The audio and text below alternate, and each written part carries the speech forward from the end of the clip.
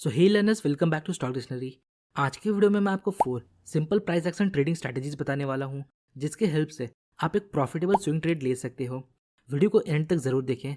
अगर वीडियो पसंद आए तो वीडियो को एक लाइक और चैनल को सब्सक्राइब जरूर करें। Number 1, break and retest. ये स्ट्रैटेजी को हम ब्रेकआउट के समय यूज करते हैं। ब्रेकआउट सपोर्ट या रेजिस्टेंस का हो सकता है, ब्रेकआउट चार्ट पैटर्न्स का हो सकता है, या ब्रेकआउट की लेवल्स का हो सकता है। लेट सपोज मार्केट अभी एक रेंज में है। मार्केट इस रेंज के अंदर ऊपर नीचे मूव कर रहा है और यहाँ हमें एक ब्रेकआउट देखने को मिलता है।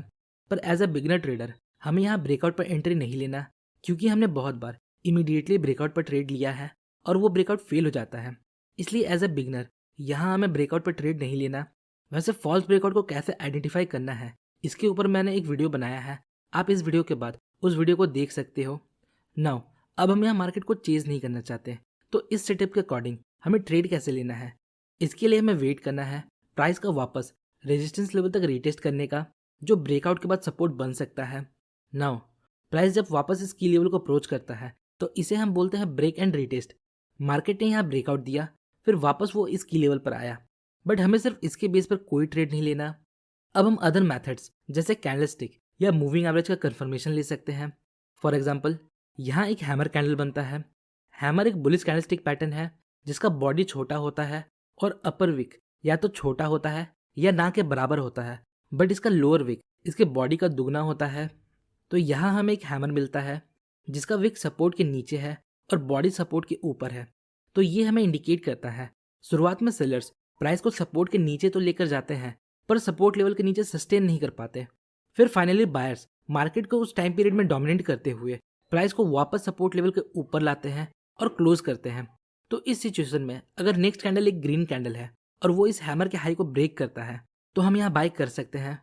फॉर रेफरेंस, अगर इस हैमर के साथ हमें किसी स्पेसिफिक मूविंग एवरेज का सपोर्ट मिलता है लाइक 20 या 50, तो ये हमारे लिए एडिशनल कंफर्मेशन का काम करता है। Next, trend continuation false break. Suppose market अब ट्रेंड में है और हमने पिछले वीडियोज में सीखा है अगर मार्केट ट्रेंडिंग है तो हम प्राइस का की लेवल तक आने का वेट करते हैं और फिर कैंडलस्टिक के बेस पर ट्रेड लेते हैं। ओके, इस चार्ट के अकॉर्डिंग ये सपोर्ट हमारा की लेवल है। नेक्स्ट, हम वेट करते हैं प्राइस का इस लेवल तक आने का, बट ये क्या प्राइस इस लेवल को ब्रेक कर देता है। अब यहाँ ध्यान दीजिए, यहाँ अभी तक हमें कोई बुलिश सिग्नल नहीं मिला, इसलिए हमने अभी तक कोई पोजीशन नहीं बनाया। अगर इस सपोर्ट लेवल पर हमें बुलिश सिग्नल मिलता तब हम यहाँ बाय करते, पर यहाँ तो प्राइस सपोर्ट को ब्रेक करके नीचे चला जाता है। अब देखिए, अगर ऐसे सेटअप में हमें 90 डिग्री रिवर्सल देखने को मिलता है, मतलब नेक्स्ट एक या दो कैंडल के अंदर अगर प्राइस वापस सपोर्ट लेवल के ऊपर क्लोज हो जाता है, तब हम यहाँ बाय कर सकते हैं।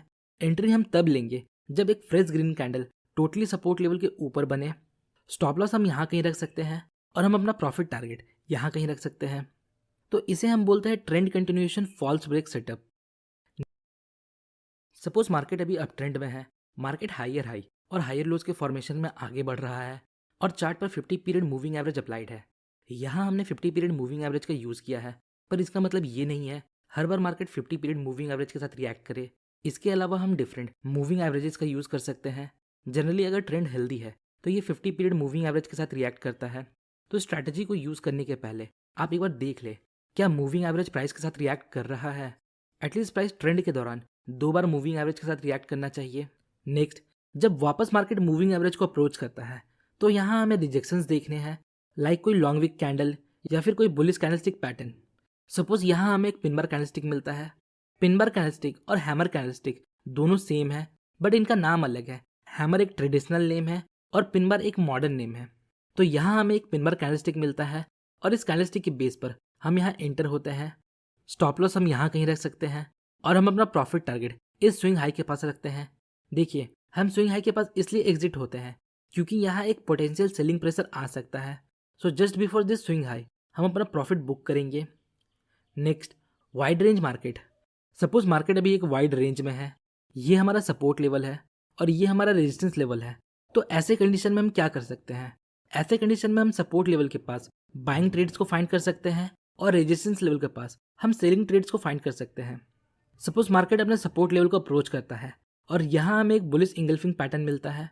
ये एक बुलिश कैंडलस्टिक पैटर्न है जो 2 कैंडल से मिलकर बनता है। इसमें फर्स्ट कैंडल एक स्मॉल रेड कैंडल होता है और सेकंड कैंडल एक बिग ग्रीन कैंडल होता है जो प्रीवियस रेड कैंडल को पूरा इनगल्फ कर लेता है, मतलब कवर कर लेता है, तो हमें सपोर्ट लेवल पर एक बुलिश इंगल्फिंग पैटर्न मिलता है।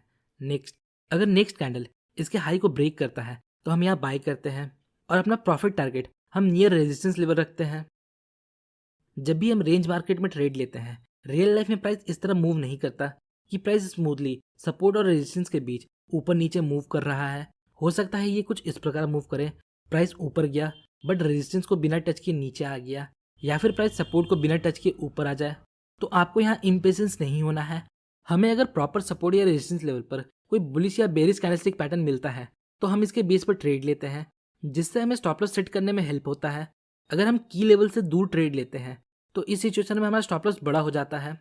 तो थोड़ा पेशेंस के साथ ट्रेड ले। ये ज़रूरी नहीं है हमें एवरी नेक्स्ट मूव पर ट्रेड मिले।